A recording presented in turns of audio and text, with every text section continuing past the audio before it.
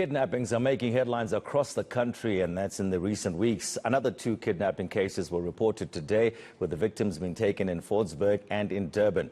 So why the sudden increase? Well, anti-crime activist Yusuf Abramji joins me now from Pretoria to talk a little bit more about this issue. Yusuf, good evening. Thanks so much for joining me this evening. Let's just give us an update, please, on the 2 kidnappings today, the ones that we know about, the Fordsburg one and the one in Durban. Good evening, Tony. A real worrying situation. Most certainly, we are seeing a dramatic increase in the number of kidnappings, not only in Gauteng. We have the high-profile one in Limpopo, in Polokwane, of the Moti siblings last week.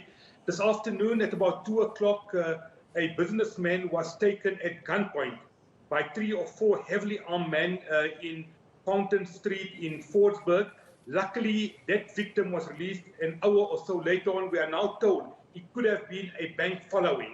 At about 5 o'clock this afternoon, a businessman from Durban, Salim Tayok, was taken by gunmen in a busy street, I may say, and he's still missing. Let's go back to last weekend, Wednesday, when the 4 Moti brothers, aged between 6 and 15 years old, were taken by at least 7 heavily armed men on the outskirts of Polokwane on their way to school.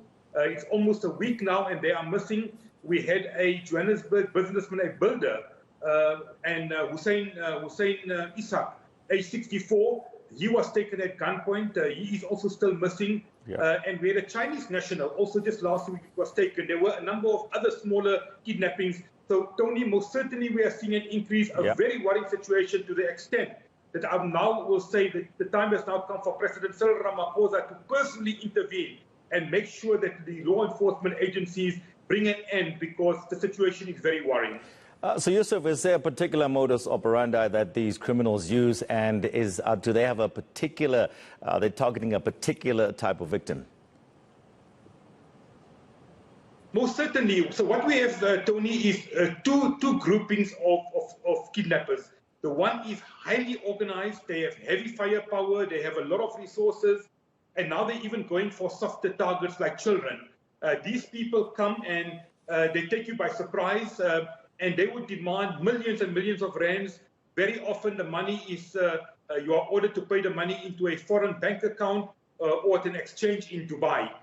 We've seen a number of those big ones where South African businessmen of Indian origin, wealthy businessmen, have been targeted.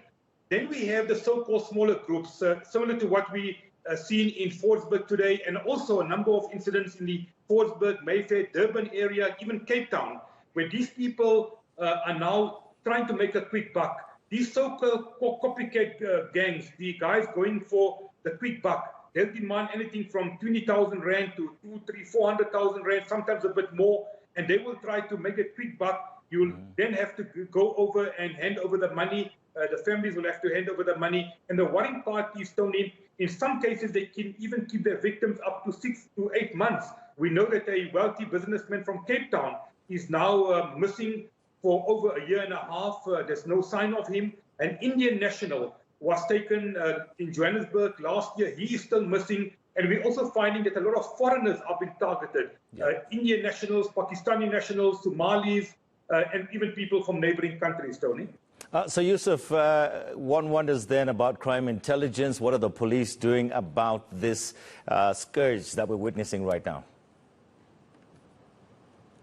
Very good question. Now, we know that the police have a special kidnapping task team.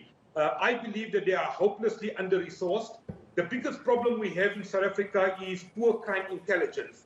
We know that the crime intelligence agencies have virtually fallen apart over the years. If crime intelligence were active and they were doing their jobs, these syndicates wouldn't have been getting away with millions and millions of rands. So crime intelligence is a problem.